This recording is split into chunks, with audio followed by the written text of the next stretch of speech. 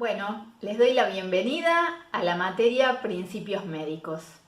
Quiero contarles cuáles son los objetivos de la misma dentro de la reválida de acompañamiento terapéutico. El primer objetivo tiene que ver con que ustedes puedan conocer cómo funciona todo nuestro organismo.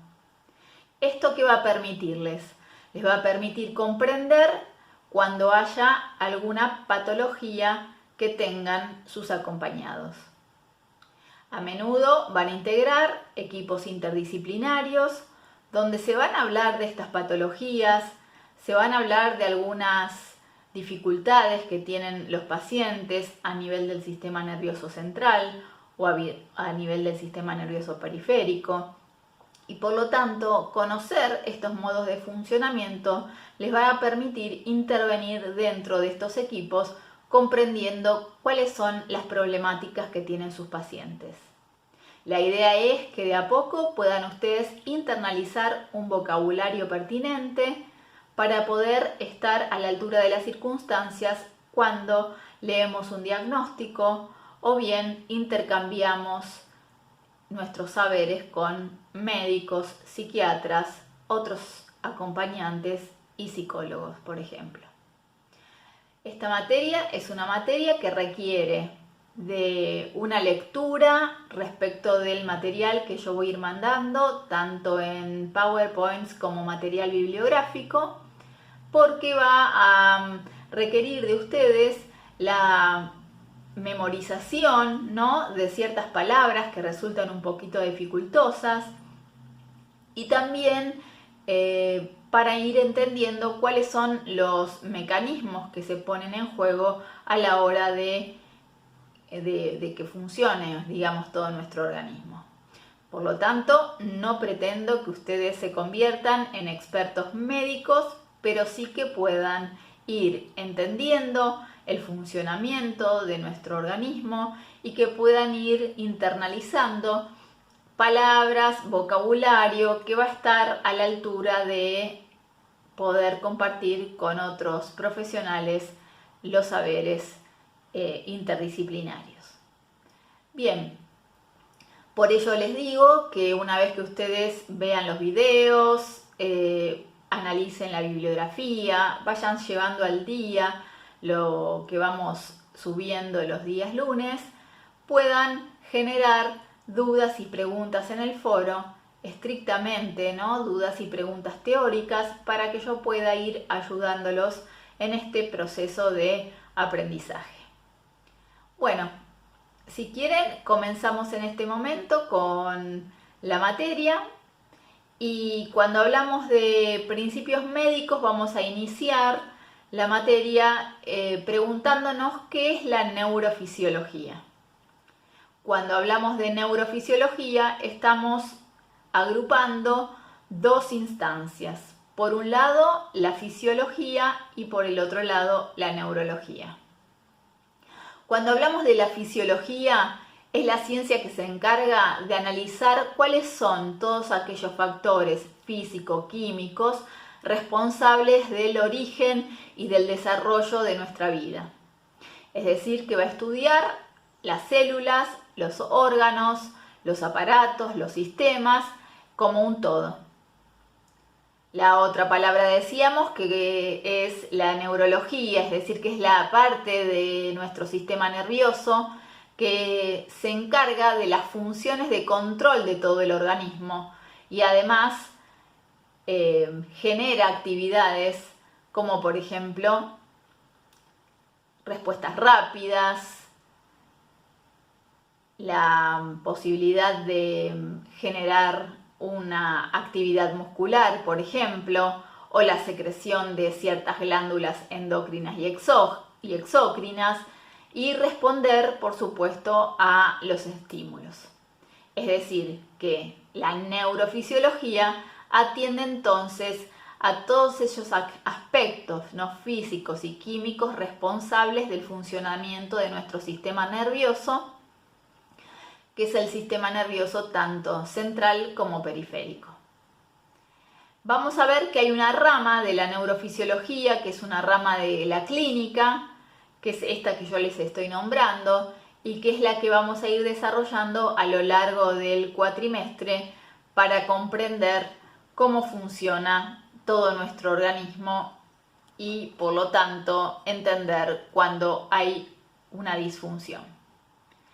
Por otro lado, hay una neurofisiología clínica, que es aquella que se encarga de toda la parte de la tecnología al servicio de poder detectar cuáles son las problemáticas que ocurren cuando se tiene, por ejemplo, una problemática de nivel del sistema nervioso, una problemática a nivel de central, una problemática a nivel periférico, que es aquella aparatología que ustedes habrán escuchado nombrar y que tiene que ver con, por ejemplo, resonancias magnéticas, tomografías computadas, potenciales evocados, etc. Bien, vamos a ir entonces viendo que todo nuestro sistema nervioso está conformado por tres partes que van a ser las encargadas de recibir estímulos tanto del medio ambiente como de nuestro interior, procesar estos estímulos para luego poder dar una respuesta efectiva. Vamos a ver que a partir de esto nuestro sistema recibe millones de estímulos en función de esta información que de alguna manera seleccionará para dar las respuestas indicadas. Les decía recién que este sistema nervioso se puede dividir en tres partes. Tenemos un sistema nervioso que denominamos central, que es parte del sistema nervioso que encontramos dentro de la médula ósea y dentro de los huesos del cráneo. Si nosotros vamos de abajo hacia arriba, vamos a ver en nuestra espalda, ¿sí? Donde tenemos la columna, por allí corre toda la médula espinal. Más arriba, a nivel de la nuca, vamos a encontrar lo que se denomina el tronco del encéfalo. El tronco del encéfalo, a su vez, está conformado por tres formaciones: el bulbo raquídeo, la protuberancia y los pedúnculos cerebrales. De aquí hacia arriba de la nuca vamos a encontrar hacia afuera al cerebelo. Y luego, por detrás del cerebelo, dentro de los huesos del cráneo, al cerebro. A todo esto lo denominamos sistema nervioso central. Luego tenemos lo que se denomina el sistema nervioso autónomo. El sistema nervioso autónomo también es llamado sistema vegetativo. Se llama así porque este sistema opera por fuera de nuestra voluntad. ¿Qué es interesante de este sistema? Que está compuesto por otros dos: el sistema nervioso autónomo simpático y el sistema nervioso autónomo parasimpático. Ambos tienen funciones que se denominan antagónicas, que quiere decir que lo que hace uno, el otro hace lo contrario. Cuando hablamos del sistema nervioso simpático, es el sistema que nos prepara para la lucha, nos prepara para la huida, por ejemplo. Es un sistema arcaico que le ha permitido al hombre poder defenderse, por ejemplo, de los grandes animales. Inyecta una gran cantidad de energía que le permite huir. Hoy en día es aquel sistema que nos permite prepararnos para la digestión, nos permite prepararnos para, no para la digestión, todo lo contrario, sí, digamos, inhibe este sistema digestivo. ¿Por qué? Porque lo que va a suceder es que van a aumentar los latidos cardíacos, va a aumentar la respiración, vamos a sudar un poco, se van a contraer las pupilas, se inhibe el sistema digestivo para que el organismo tenga la fuerza suficiente para poder estar en actividad. ¿Cómo queda más evidenciado? Por ejemplo, cuando una persona tiene un trastorno de ansiedad, hay una descarga fuerte de lo que se denomina adrenalina y esto es lo que activa el sistema. Como decíamos, por el contrario, hay otro sistema que es el sistema nervioso parasimpático. Este sistema parasimpático lo que va a hacer es preparar al organismo para el reposo, para la digestión, bajando los niveles, por ejemplo, de latidos cardíacos, bradicardia, ¿no? Haciendo la respiración más lenta. Y como yo les contaba antes, bueno, frente a un ataque, digamos, de ansiedad, es sentir que la persona queda como floja o que se va a desmayar. Por supuesto que en nuestra vida cotidiana estos sistemas están funcionando constantemente y mientras estamos saludables, ¿no? Equilibrándose en sus funciones. Por último tenemos al sistema nervioso periférico. El sistema nervioso periférico, digo yo, son como las autopistas, ¿no? Son unos cablecitos o nervios o ganglios o vías que van a permitir conectar el sistema nervioso central con la periferia de nuestro cuerpo. En este sentido, tenemos nervios que son sensitivos, es decir, que son aquellos que captan los estímulos, otros nervios que son motores, es decir, que son aquellos que van a ejecutar la acción, y otro tipo de nervios que veremos más adelante que son mixtos. Bien, si tenemos que comenzar con el sistema nervioso central, vamos a ver que la unidad mínima de análisis es lo que se denomina la neurona. La neurona es la unidad anátomo-funcional del sistema nervioso. ¿Qué quiere decir esto? Que si nosotros agarramos, por ejemplo, un cerebro con un microscopio y vamos aumentando su graduación, lo que vamos a encontrar es una neurona. La neurona es esta unidad mínima de análisis que integrada con otras forman el tejido de nuestra corteza cerebral y que se disponen en forma de redes que van a tener localizaciones privilegiadas en nuestro sistema nervioso central y también funciones que le son propias. Vamos a ver que nacemos con 100.000 millones de neuronas y que de alguna manera quedan todas aquellas neuronas que son estimuladas. Cuando hay neuronas que no son estimuladas o bien por ciertos estresores que pueden ocurrir en los bebés, se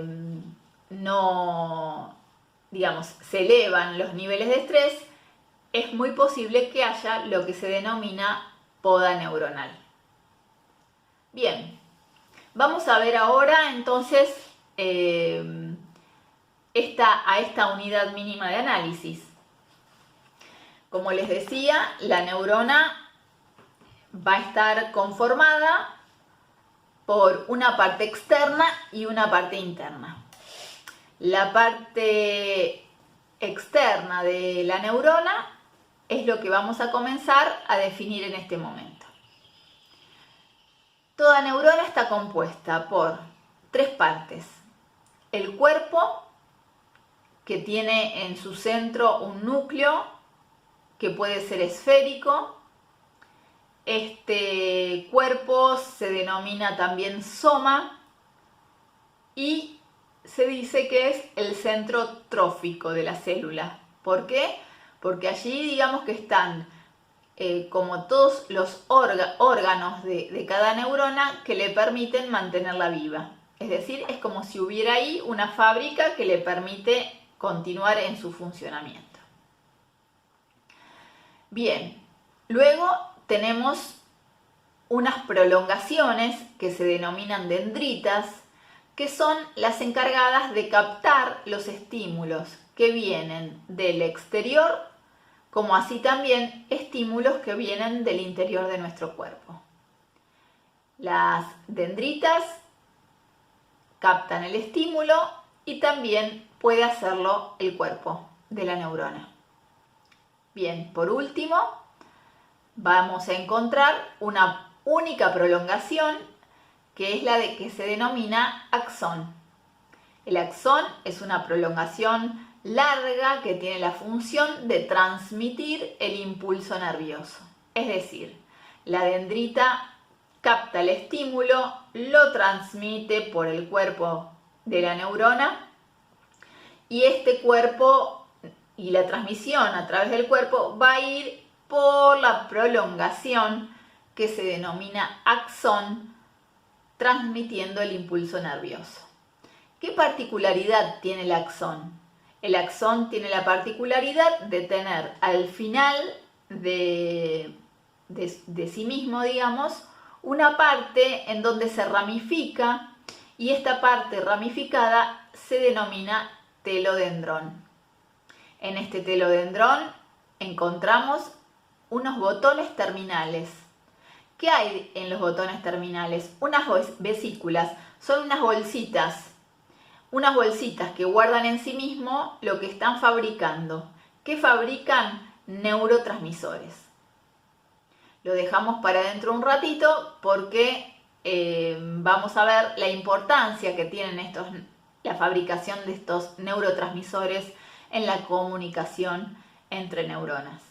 Bien, vamos a ver que el axón va a estar rodeado por una capa que se denomina mielina.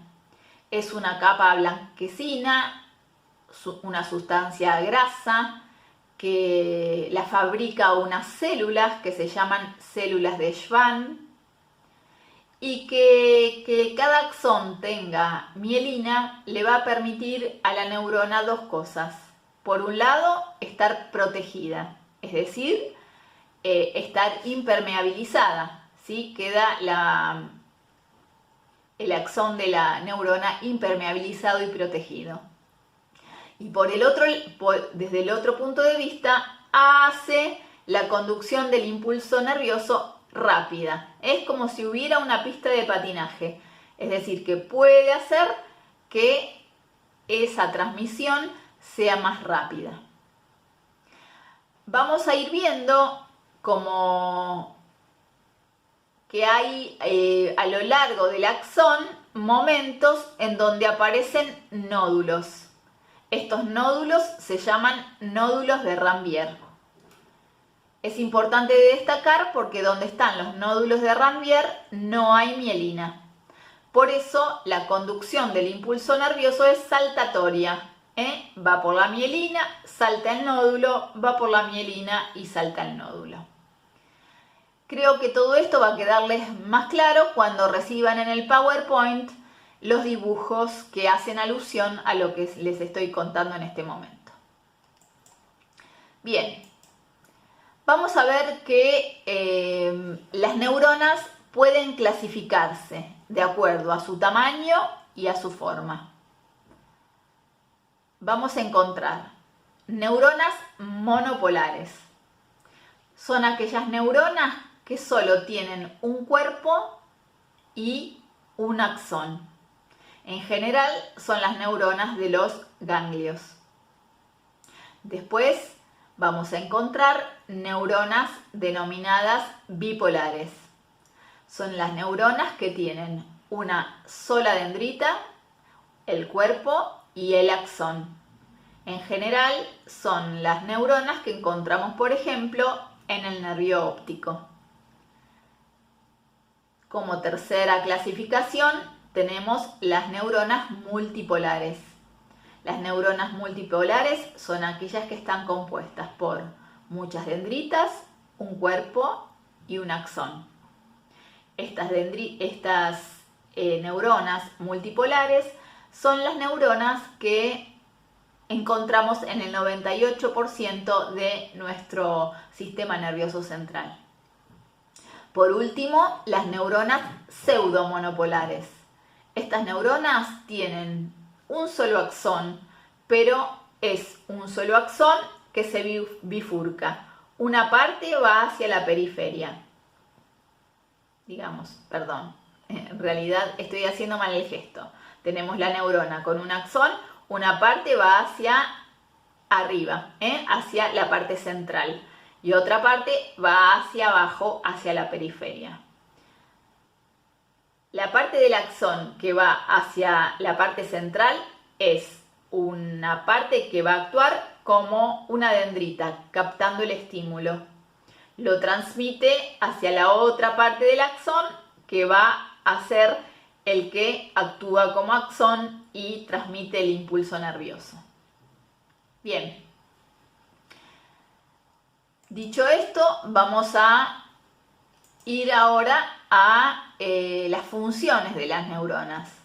Las funciones de las neuronas son dos y pueden clasificarse en neuronas motoras, que son aquellas que controlan los órganos efectores, como por ejemplo glándulas exócrinas y endócrinas, es decir, les llega el estímulo y les permite abrirse y volcar toda su producción hacia el exterior, y también, por ejemplo, contraer los músculos lisos. Otra de las funciones, otro tipo de neuronas, tienen funciones sensitivas, es decir, que son aquellas que son capaces de captar el estímulo, tanto del medio exterior, como podría ser en este caso estímulos visuales o estímulos auditivos, o bien aquellos estímulos que vienen desde dentro de nuestro organismo. Bien, por último, también las neuronas están conformadas por una parte interna. La parte interna de las neuronas vamos a encontrar en el cuerpo este núcleo que yo les decía, que puede ser central o no, que es esférico y que está rodeado de una membrana, que lo separa del líquido intracelular. Bien, ¿qué cosas vamos a encontrar dentro del núcleo? Vamos a encontrar lo que se denominan organelas, es decir, son pequeñísimos órganos que van a tener diferentes funciones para mantener la vida de la neurona. La primera organela que vamos a encontrar dentro de del núcleo, bien digo, son los gránulos de cromatina. ¿Qué son los gránulos de cromatina? Son unas sustancias formadas por ácido desoxirribonucleico, es decir, ADN. Una cadena espiralada de 4 aminoácidos que tienen la facultad de tener allí toda nuestra información genética. De modo tal que la información que encontramos dentro de los gránulos de cromatina vamos a encontrarla también, por ejemplo, en las células de nuestra piel, de una uña, de nuestro pelo. Luego, dentro del núcleo también vamos a encontrar los nucleolos. Los nucleolos están conformados por el ácido ribonucleico. Esta organela es la encargada de fabricar proteínas. Lo que hace es ser actuar, digamos, como mensajero, también como transportador de proteínas y también como si fuera una fotocopia, es decir, transferir proteínas. Bueno, luego decíamos que sorteando la membrana que rodea el núcleo y dentro del líquido intracelular, vamos a encontrar entonces en el cuerpo de la neurona otras organelas. Estas son los ribosomas, que también están conformados por ARN, ácido ribonucleico, y por lo tanto es una fábrica de proteínas. Las vacuolas, que son aquellas organelas que están encargadas de generar sustancias alimenticias para la célula. El órgano de Golgi, que es el encargado en proteger a la neurona y de fabricar una membrana que se le coloca, digamos, a cualquier cuerpo extraño que pudiera entrar y entonces así la protege. Y por último, a las mitocondrias. Las mitocondrias son aquellas encargadas de el metabolismo celular. Es decir, que hay allí la posibilidad de generar, es como si fuera una fábrica, ¿no? Tanto del metabolismo celular como de la respiración celular, que van a permitir mantener viva a la neurona. Bueno, creo que hasta acá llegamos porque hay mucha información, muchas palabras nuevas, mucho que ir procesando. Así que nuevamente les digo que una vez que vean este video y que reciban el material escrito en PowerPoint, que bueno, lo escuchen, luego lo lean y puedan ir generándose una síntesis, resaltando palabras claves y también, bueno, generando preguntas en el foro con las dudas que tengan para que yo pueda ir explicándoles los diferentes procesos. En lo concerniente a esta primer clase, nos quedan 2 temas por ver, que serían el proceso de sinapsis y el de transmisión del impulso nervioso. Los vamos a ir viendo a lo largo de los diferentes lunes cuando vayan recibiendo el material en videos y escritos que vayan aclarando esta temática. Que tengan un muy buen día y bueno, los estoy leyendo y las estoy leyendo a todos y todas. Que estén bien. Hasta luego.